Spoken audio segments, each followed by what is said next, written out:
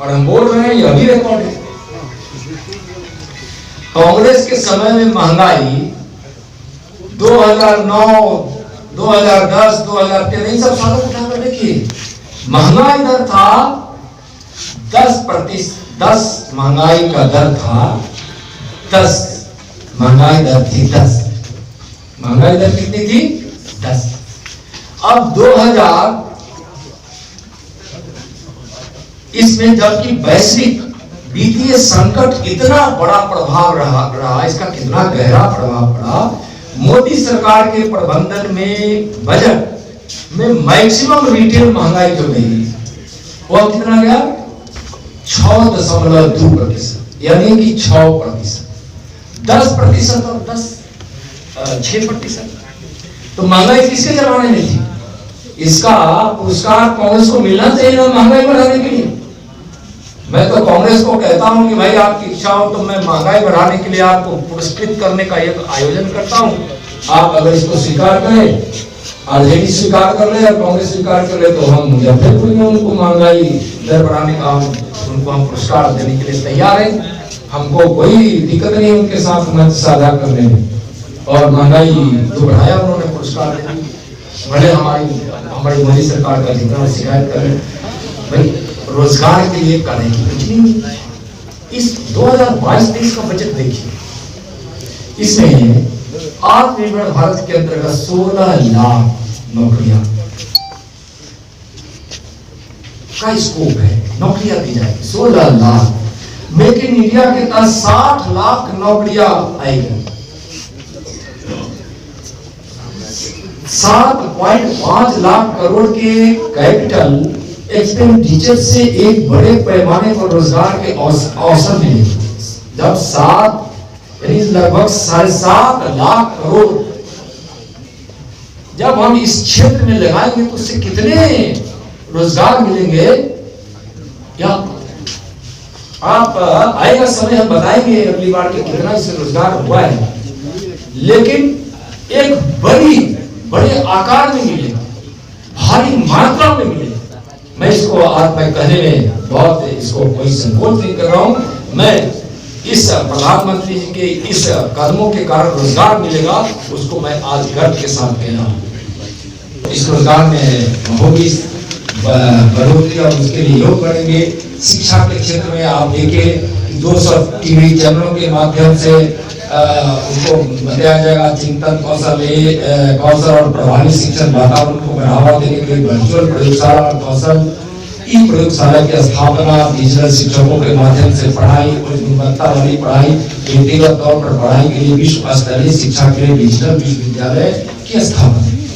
21वीं सदी में दुनिया चली गई, तो 21वीं सदी में भारत दुनिया का सबसे अग्रगामी देश बने। इसके लिए जिस पद्धति का प्रावधान और उसके लिए बजट में का प्रावधान जो मोदी सरकार के द्वारा हुआ है, यह एक अद्भुत है।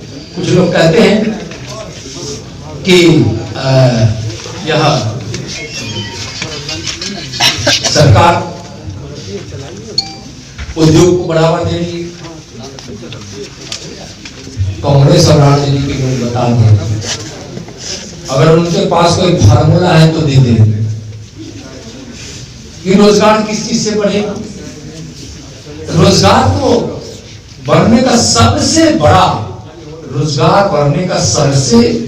जो साधन है वह है उद्योग।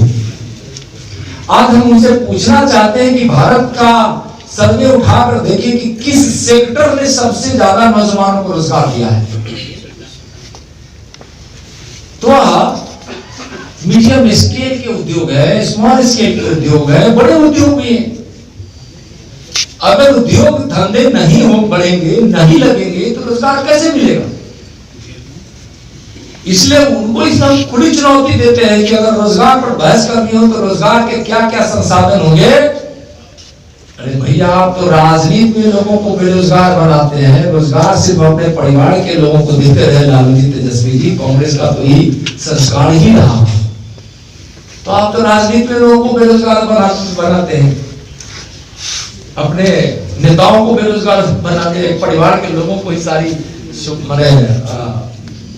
प्रमुख चीजों में लाते हैं। परिवारवाद की व्यवस्था ने इस देश को बहुत चौपट किया है। कांग्रेस की परिवारवाद की व्यवस्था ने इस देश को नुकसान पहुंचाया और आरजेडी के परिवारवाद की व्यवस्था ने इस बिहार को नुकसान पहुंचाया। तो आप जब उद्योग धंधे लगेंगे तभी रोजगार बढ़ेंगे। कैसे? आज अगर मुजफ्फरपुर उदाहरण में दे रहे खुद को समझने के लिए और आपको बताने के लिए कि अगर मुजफ्फरपुर के बेला इंडस्ट्रियल एरिया में आज अगर 10 अच्छी फैक्ट्री लगेगी तो रोजगार बढ़ेगा कि घटेगा? बढ़ेगा। अगर मुद्रा बैंक के माध्यम से नौजवानों को अगर रोजगार करने के लिए बैंक पैसा देगी, जो कम रेट का पैसा है, कम सूद दर पर है, अगर कोई एक दुकान लगा लेगा तो उसमें कोई पानी देने वाला मिलेगा ना, कोई मिठाई बनाने वाला लगेगा ना, कपड़े की दुकान अगर लगती है तो कपड़े बेचने वाला उसमें लगेंगे ना। एक दुकान लगने पर कितने लोगों को रोजगार मिलेगा, ये समझ ही नहीं है उनको। यानी कि उद्योग धंधों से रोजगार बढ़ेगी, इसलिए इस सेक्टर को मजबूत करने के लिए प्रधानमंत्री जी ने बड़ा बजट का प्रावधान किया है। और दूसरा कि कृषि के क्षेत्र में जितना बड़ा काम किया गया, अगर कृषि का उत्पादन बढ़ेगा तो क्या होगा? अगर किसी सब्जी को किसी किसान को अगर गांव से बाजार में लाना होगा तो क्या एक टोकरी तो माथे पे लेके नहीं आ जाएगा। उत्पादन बढ़ेगा तो कौन चीज से लाएगा? कौन चीज से लाएगा? ट्रैक्टर से लाएगा, ठेला से लाएगा, ज्यादा करेगा तो ट्रक से भी लाएगा। तो एक ट्रक वाले को रोजगार, एक ड्राइवर को रोजगार, एक खलासी को रोजगार, टायर पंचर हो गया तो टायर पंचर वाले की दुकान रोजगार, कहीं वो हाट में गया तो वहां के चाय वाले की चाय बिकेगी, बिस्किट वाले की बिस्किट बिकेगी, होटल वाले का खाना बिकेगा। और जब वह बढ़ेगा तो खेतों में मजदूरों को काम मिलेगा। इस प्रकार से मोदी जी की अर्थव्यवस्था दुनिया की सबसे अच्छी अर्थव्यवस्था है, जो अर्थव्यवस्था को कहा जाता है मोदी अर्थव्यवस्था, मतलब विकेंद्रित अर्थव्यवस्था, यानी कि पैसे का विकेंद्रीकरण। उद्योग लग रहा है तो उद्योग के मालिक के पैसे, तो मालिक क्या करेगा कि जाकर अच्छा कपड़ा कर देगा, अच्छा मिठाइयां कर देगा, अपनी बिटिया की शादी अच्छे करेगा, उसमें जो इंजीनियर काम करेंगे उनकी आमदनी बढ़ेगी, मजदूर जो काम करेगा उसकी आमदनी बढ़ेगी। जब मजदूर को काम मिलेगा तो गांव आएगा, तो गांव में होगा कहीं जूता खरीदेगा, कहीं छाता खरीदेगा, कहीं कपड़ा खरीदेगा, कहीं बच्चों की दुकान मिलेगा। तो एक तरह दिल्ली से चला हुआ पैसा एक आम व्यक्ति के, जो किसान मजदूर है, छोटे छोटे दुकानदार है, मैं तो कहता हूं कि कोई अगर पंचर बनाने वाला है, साइकिल का पंचर बनाने वाला है, छोटा सा अगर पैसे रहेगा तो किसी नाई की दुकान में जाकर वह अगर बाल बनाता है तो उसको भी रोजगार मिलेगा, शिक्षा बढ़ेगी, शिक्षा का अवसर होगा। तो इस तरह से मोदी सरकार की व्यवस्था केंद्रित अर्थव्यवस्था है। सड़क का निर्माण समझ में नहीं आता हम लोगों की, सड़क बनने से रोजगार कैसे बढ़ेगा? अरे भैया, तो घोटाला करने से रोजगार बढ़ेगा। आपने तो इतना घोटाला कर लिया कि उद्योग धंधे भी चौपट हुए और बेरोजगारी भी बढ़ी, किसान की भी कठिनाई बढ़ी, मजदूर भी कठिनाई की जिंदगी में पलता रहा, शिक्षा की अच्छी व्यवस्था नहीं हुई। अब पड़ोसी देश आंख भी दिखाता है। रक्षा बजट कितना मजबूत हुआ है। आज यहाँ इतने लोग हैं, किसी देश की सीमा पर डटे हुए जवान से पूछिए उसके हौसले का, तो हौसला तो कभी उसका कमता नहीं था, लेकिन सम्मान भी हौसला बढ़ाता है। दुश्मन को पराजित करने के लिए सामने जो दुश्मन का जो अस्त्र शस्त्र होता था, वह अस्त्र शस्त्र आज हमारे सेना के पास है, तो उसका मनोबल बढ़ रहा है। मनोबल कभी कम नहीं था, लेकिन उसका आत्मबल उतना उसका ऊंचा होता था। आज आत्मबल के साथ साथ संसाधनों का बल उसके साथ है, इसलिए आज सेना सम्मान भी उसको अधिकार मिला है कि एक गोली दुश्मन चलाए तो 1000 गोली से कम मत चलाना। इससे उसका सम्मान भी बढ़ा है और आत्मबल भी बढ़ा है, संसाधनों से आत्मबल उसका पहले ही से। वो तो भगवान ने भारत के वीरों को ऐसा आत्मबल का वरदान दिया है जो आत्मबल दुनिया में किसी सेना के पास वैसे आत्मबल नहीं। तो हम सड़क की बात करते हैं, समझिए कि एक सड़क का निर्माण होगा, मजदूर कहां लगेगा, वहां गुजरते हुए इस गांव का। और जब उसमें इंफ्रास्ट्रक्चर का जहां जहां विकास होता है वहां हमारा रोजगार बढ़ता है, जहां जहां उत्पादन होता है वहां रोजगार बढ़ता है। तो रोजगार का सबसे बड़ा साधन विकास है, इंफ्रास्ट्रक्चर है, इंडस्ट्री उद्योग है, उत्पादन है। यानी कि विकास और उत्पादन से रोजगारी बढ़ती है, बेरोजगारी समाप्त होती है। यह मैं आज समझाना चाहूंगा अपने विपक्ष के लोगों को।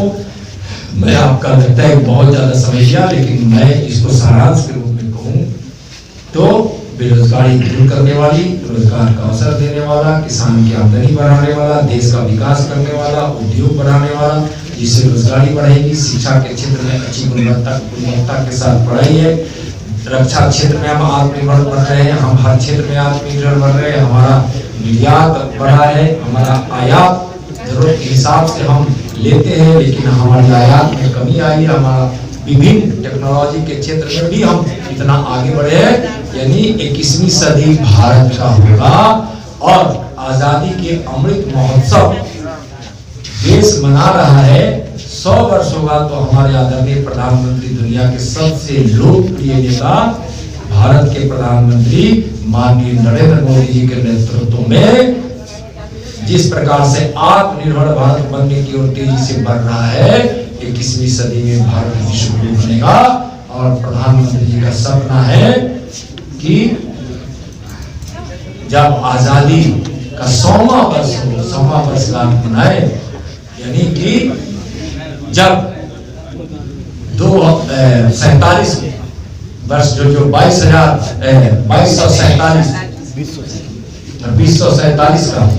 2047 का जो हम 2022 और 2023 के बजट में जो प्रावधान किया गया है, उस प्रावधान के बलबूते एक बड़ा सपना देखा गया है।